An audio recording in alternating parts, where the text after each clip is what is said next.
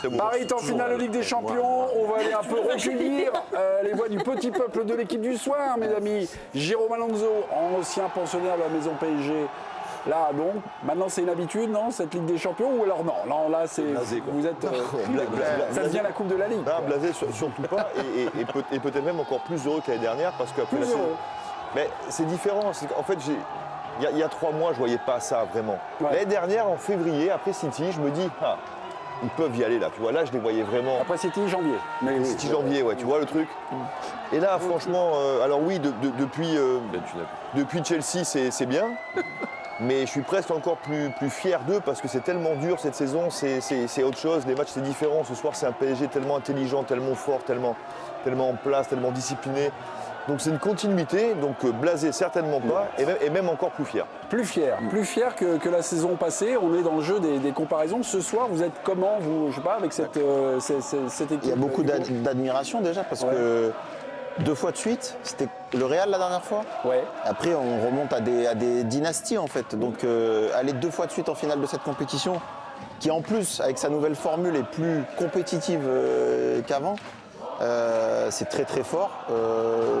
Ça souffre de peu de discussions en plus sur la saison. Alors évidemment, il y a des moments où ça a été plus compliqué que d'autres, mais ils ont quand même, je trouve qu'ils ont encore même de la marge. Mélisande Gomez, on vient d'évoquer une dynastie, la dernière fois c'était le Real. Il y a des comparaisons au-delà finalement, au-delà des... C'est difficile. J'allais dire des résultats. Le Real, dont l'habitat naturel est de gagner les Ligues des Champions, 12, 13, 14, 15. Paris, c'était pas du tout ça. Je pense que la marque Luis Enrique restera plus forte dans l'histoire du PSG parce que c'est lui qui les a portés à ces altitudes-là et qu'avant, le club n'y arrivait pas. Le Real, en Ligue des Champions, pour eux, ils doivent la gagner tous les ans. C'est l'ADN de ce club et c'est leur habitude presque.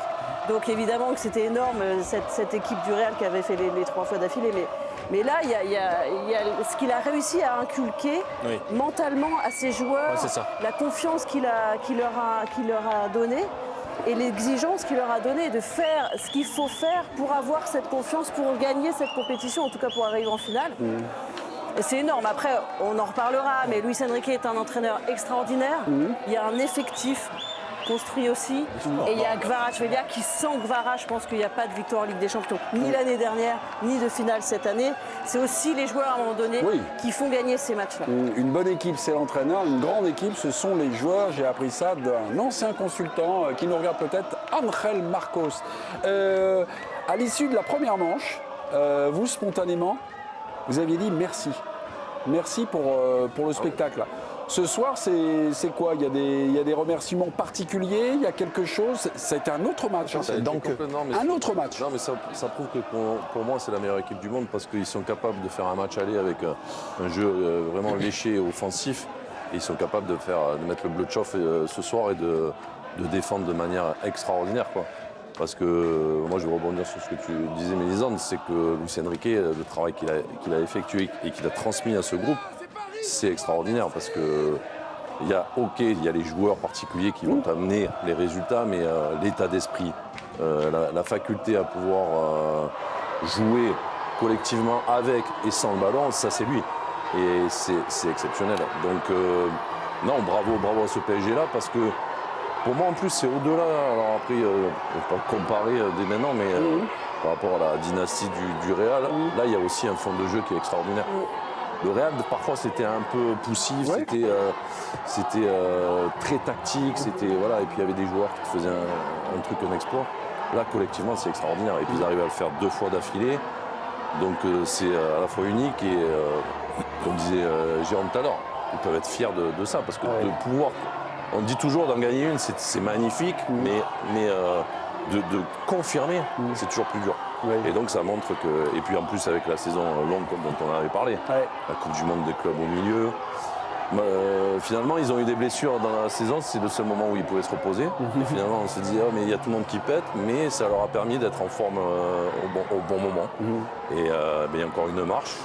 ça va être aussi un match particulier. Puis, on aura une deux question. oppositions de On style. aura une question sur En espérant que c'est le PSG qui l'emporte pour le foot. Mais moi, je Il y, trouve a, que- il y a quelques semaines de cela, on était juste à la fin de la phase de Ligue, on était au mois de janvier. Paris enchaînait, on va dire, des contre-performances. Paris était toujours dans le top 8 et tombé du top 8. Et Luis Enrique, à chaque fois, nous disait, vous allez voir, là, on va basculer dans les phases d'élimination directe. Et vous allez voir ce que vous allez voir. Ce ne sera plus la même équipe. On a un peu attendu. Oui, parce que le barrage contre Monaco n'a pas été. non. On a eu l'impression que, je ne sais pas, peut-être qu'ils ont fait un travail cet hiver. Il faudra voir un petit peu les interroger. Est-ce qu'ils ont mis un petit coup de physique qui fait que ça a payé un tout petit peu après? Mais moi, contre Monaco, ne m'avait pas apparu très fringant. Il passe pas très loin finalement d'un match de prolongation, galère. ouais, Exactement. Et, mais en fait, ce qui est fou, c'est que tu as l'impression, alors à tort ou à raison, et je ne sais pas dans quelle mesure, qu'avec Luis Enrique, il y a quelque chose un peu tout sous contrôle. En tout cas, il arrive à diffuser cette idée-là. Je ne sais pas dans quelle mesure c'est vrai. Quand il dit sous parfois. contrôle, moi, c'est la confiance qui diffuse. Oui, mais, Enfin, mais c'est un petit peu ça. Non, mais c'est-à-dire ce côté, vous venez de le dire, ce côté, vous inquiétez pas, vous allez voir, là, à date, à telle date, vous allez voir, on va basculer dans autre chose. Moi, je pensais qu'il y avait une petite part de bluff ou d'auto-persuasion, méthode Coué, on appelle ça comme on veut. Et la réalité, c'est qu'à partir du moment où ils ont passé Monaco, derrière, ça a été un rouleau compresseur. Moi, je trouve sur le plan physique, mental, tactique, j'ai l'impression que tout est revenu en ordre. Moi, je vais vous dire, c'est un privilège. C'est un privilège d'assister à ça. Pourquoi ? Parce que moi, je ne pensais pas qu'on commenterait une équipe française de club j'entends, comme possiblement une des plus grandes équipes de l'histoire. Et ils ne sont pas loin, là, finalement, maintenant, d'être une équipe qui va être Qui va marquer son- qui va marquer son époque. Je pensais qu'on aurait des épopées. Peut-être même que l'an dernier, c'était un petit peu ça. C'est une espèce de saison où tout s'aligne, ils font un truc merveilleux, mais derrière, tu reviens un petit peu à ton... Tu parlais d'habitat naturel. L'habitat naturel, moi, je ne pensais pas que celui du PSG, c'était de rester à ce niveau-là. Elle Et c'est devient ça une qui est fort. référence. Elle devient une référence. Exactement, et c'est ça qui est fort, et juste je finis là-dessus, ils l'ont fait en dépit de leur environnement. Parce que tous les supporters du PSG, tous, une bonne partie, ils étaient tellement heureux, tellement sur un nuage qu'ils réclamaient plus rien de cette équipe. Même quand ils perdaient, même quand ils étaient éliminés de Coupe de France, même quand ils perdaient, c'est pas grave, même si cette année, on a eu l'année dernière. Et réussir à remettre une exigence dans un contexte où finalement on te permet de perdre, c'est fort. Dave, je vais vous couper. Il y a Giovanni Castaldi, il nous attend C'est pas du côté de la mairie de Paris où on voit que la fête est magnifique, mais du côté de Bayern, vous êtes un privilégié de Giovanni parce que vous assistez évidemment à l'épopée du Paris Saint-Germain, la deuxième. On est juste sur des impressions, sur des sentiments, on va dire, sur de la couleur. Ce soir, comme ça, vous venez de quitter le stade pour aller à la conférence de presse. Quels sont les mots qui vous viennent pour décrire ce que vous avez vécu ce soir? Bonsoir, Joe. Bonsoir Mémé, bonsoir à tous. Moi j'ai été frappé ce soir par le courage, l'abnégation et le calme des Parisiens. Il y a une image qui est extrêmement frappante, c'est l'attitude des deux coachs sur le bord de la pelouse. Parfois Luis Enrique peut s'agacer, peut être véhément. Et là ce soir il a été extrêmement calme, il a diffusé de la confiance, il a été de peu de mots de son groupe. A contrario, Vincent Kompany a été ultra agressif, sautant, bondissant de tous les côtés sur chaque décision. Et en fait, ce qui me frappe en dépit du logiciel de jeu qui est déjà bien installé, voilà, on sent, et d'ailleurs on voit le retour de Fabian Ruiz ce soir, à quel point il est rentré avec une facilité dans ce 11. Il a été exceptionnel. On n'a pas senti l'absence d'Achraf Hakimi, qui est quand même le meilleur latéral droit au monde. Ça ne s'est pas vu, son absence.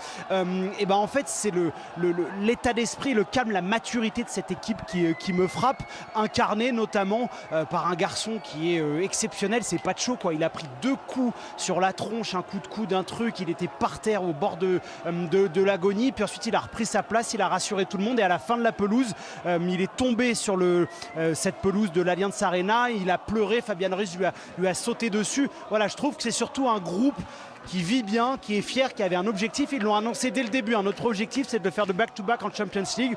Donc c'est beau, c'est prodigieux, parce que quand les sentiments sont alliés au résultat, c'est rare dans le sport. Le back-to-back, ça c'est évidemment votre côté bilingue, hein. Vous frimez, quand on est bilingue comme ça, on frime. Giovanni, non, je vous relance parce que vous avez peut-être une meilleure mémoire que moi, mais j'ai l'impression que cette qualification en finale de Paris a été plus fêtée cette saison que l'année dernière. Là, j'ai vu une explosion. Alors, ça tient évidemment au scénario, mais est-ce que vous pouvez me confirmer peut-être cette impression ou ce souvenir ?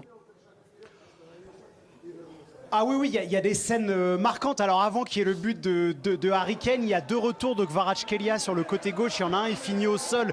Il y a Désiré Doué, Dembélé qui sortent du banc pour haranguer Kvara. C'est plus fort parce que, désolé, j'ai oublié, je ne sais pas qui a dit ça, mais en fait, quand tu valides quelque chose et que tu le réitères, ça prend une dimension stratosphérique, puisqu'on a parlé de back-to-back. Je fais un parallèle forcément avec le basket. Quand tu installes une dynastie, quand tu as gagné une fois, c'est formidable, mais de le refaire, c'est quelque chose de prodigieux. Et effectivement, Mémé, l'émotion était beaucoup plus forte ce soir que on sentait quand ils ont éliminé Arsenal la saison passée. Ils étaient déjà en mode faut penser à la finale parce qu'il faut qu'on le fasse, faut qu'on valide ça, faut qu'on gagne cette première Ligue des Champions.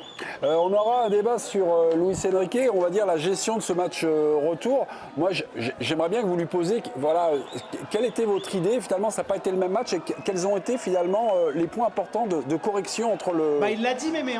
Ah, il l'a dit? Ah pardon, je viens de rentrer. Il a dit quoi, Luis Enrique? Il l'a dit avant ou après? Avant, pour le coup, il a dit qu'il faudra que ça soit un match totalement différent. Ça a été le cas. Souvenez-vous ce qu'avait dit Warren Zaïre-Emery. Il faudra qu'on ait plus de contrôle, plus de maîtrise, baisser le rythme de la rencontre. C'était un petit peu le débat qu'on avait hier, Mémé, sur la présence ou non de Fabian Ruiz. Pour le coup, il a fait ce qu'il fallait, être haut quand il fallait, être tranchant. Ils ont été tranchants puisqu'ils marquent dès le début de la rencontre. C'était le match qu'ils voulaient. Vous avez raison, je vieillis, je deviens un Mais il avait surtout dit qu'il allait falloir 3 buts pour se qualifier. On était beaucoup à être d'accord avec ça parce que le tarif au Bayern, c'est 3, là, cette année, c'est 3-1. Le score moyen en Ligue des Champions, c'est 3-1. Voilà. C'est arrêté. Et si on prend le championnat, je pense que ça fait monter un petit peu la moyenne. Il avait dit ça de manière tout à fait logique, en fait, surtout après le match aller. Et puis finalement, même 0, quasiment, ça aurait pu leur suffire. Finalement, il passe avec un but, mais... C'est la prestation défensive ce soir que moi j'ai envie plutôt de souligner du On va la saluer.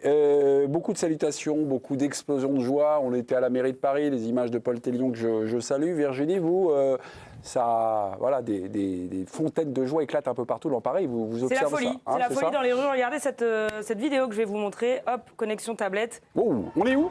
Des fumigènes, on est sur les grands boulevards. Ah, oui. Voilà, mais ça se passe un petit peu partout. Oui, j'imagine. Hein.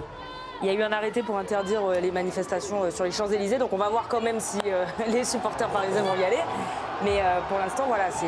Mais il y a déjà Bernard Mendy, on a une info, il est sur les champs. Ah déjà? Tout seul, par contre. Il est parti tout seul. Mais il défile. Ça peut suffire, hein. Ça peut suffire. Il a du volume de jeu ce soir, je vous le dis. Quel chemin quand même par rapport au Paris Saint-Germain que vous avez connu aujourd'hui? Non, mais bien sûr. Mais le PSG que j'ai connu, c'était autre chose. On peut même faire l'histoire rapidement. Enfin, le PSG est un club qui est né pour être un club de Strass. Daniel Echter qui construit ça avec les premières années Belmondo dans les tribunes. Et puis, il y a cette identité star, il y a cette identité un petit peu, mais il est né comme ça. Oui, bien sûr. Et puis Carlos Bianchi, Mustapha Daleb, ça fait Suzic, et puis après l'épopée des 95-96, et puis après Ronaldinho. Donc c'est-à-dire que moi je fais juste partie, on fait partie d'un bout d'histoire. Alors on n'a rien à voir avec ce qui se passe aujourd'hui, mais tu fais partie de l'histoire de ce club-là aujourd'hui qui est en train de construire quelque chose d'extraordinaire. Mais ce club s'est construit, n'oublions jamais, sur une idée de spectacle. Oui. Tu vois, sur une idée de marquer le monde. Parce que c'était ça l'idée de Daniel Echter au début, c'est de créer un club de toutes pièces qui va marquer les esprits dans le monde entier. Et d'ailleurs, un peu comme l'idée de QSI, au début, pas tant sportivement, mais sur le plan de l'image, de qui on va amener au stade, de comment on va construire ça. D'où la politique de recrutement aussi, exactement. Clinquant. Depuis toujours. C'était un passage qui était obligé par rapport à la construction de soft power. Oui, peut-être qu'ils auraient pu... Je crois pas. Non, ils auraient pu créer rapidement ou un peu plus rapidement un club de sport plutôt qu'un club ou une entreprise de football. Ils voulaient installer la marque. Ils voulaient installer la marque. Mais exactement, c'est ça en fait. Le truc, c'est que parce que nous, notre analyse, elle est surtout sportive. Mais eux, dans la construction, c'était un projet qui était beaucoup plus global. Aujourd'hui, Nasser El Khelaifi... La remontada, c'était prévu, là. On a deux doigts. Non, c'est pas ça que je dis. Si, ça faisait partie on peut ricaner, etc. Non, je ricane pas. Non, mais la réalité... C'est très sérieux. Non, mais la réalité, c'était que eux, ce qu'ils voulaient, vu que Paris n'existait pas par rapport au monstre Gotha européen, Paris n'existait pas et le Qatar n'existait pas à ce moment-là. Parce que c'est le double truc. C'est ça le double machin. Et donc, ils sont passés par ces recrutements, ces trucs, effectivement, ou sportivement, parfois même, ça n'a pas eu de sens. Pas toujours, mais parfois. Mais le truc, c'est qu'à l'arrivée, juste... Non, mais parce que vous avez ricané. L'arrivée, c'est que c'est une marque mondiale. Nasser El Khelaifi, c'est quasiment le patron du football européen. Juste une petite correction sur le Qatar. Le Qatar est connu depuis les années 90 avec la création du papa du Cheikh Tamim, le papa. Du tennis. Non, Al Jazeera. C'était pendant la guerre du Golfe. L'État du Qatar a une portée, on va dire, internationale. C'est au-delà du foot. C'est au-delà du foot. Oui, peut-être. Je ne veux pas me lancer dans la géopolitique. Sur le plan sportif et sur le plan diplomatique, ça veut bien que le foot ouvre des portes. Paris 20e, il y a quelques réactions à présent. La musique de gala retentit. On va recueillir comme ça. Allez, ça et là, une petite réaction du bonheur des supporters parisiens. Le Paris Saint-Germain qualifié pour la finale de la Ligue des Champions pour la 2e année consécutive. C'est magique. On y va. C'est quoi pour vous l'émotion ce soir? C'est incroyable, c'est historique. Je pensais qu'on n'allait pas revivre la même chose. C'est la même émotion. Non mais 2 ans un an d'affilée. après, 2 ans d'affilée, un back-to-back, c'est magnifique. On n'en peut plus, on est transpirant là. Vous allez y aller à Budapest? Franchement, on y pense là. Même s'il faut y aller en voiture, à cheval, on va y aller, on y va. C'est sûr et certain qu'on y va. 2e finale en 2 ans, c'est incroyable. Mais on a vécu des calvaires avec le PSG. Là aujourd'hui, on a 2 ans d'affilée, on se rend pas compte quoi. C'est incroyable. Il a fallu attendre qu'on soit vieux pour vivre des trucs comme ça. C'est vous qui avez de la chance. Et les enfants, ils sont là. 2 ans d'affilée, c'est normal. Ah, nous, on a la chance, nous. On a de la chance, on a beaucoup de chance. J'ai même pas 13 ans et il y a peut-être 2 finales, 3 finales que j'ai déjà vécues. Je trouve ça fantastique. Voilà, c'est la train qui arrive là. Mais c'est vrai que 3 finales, il faut le rappeler, parce que c'est clairement le club de la décennie. En fait, le 2020. PSG. La décennie 2020, ce sera celle du PSG. Mais Lisande, je ne savais pas que Mathieu Grégoire était supporter du PSG. Non, voilà. C'est le monsieur qui a les lunettes, qui est correspondant à Marseille du journal L'Équipe et que je salue.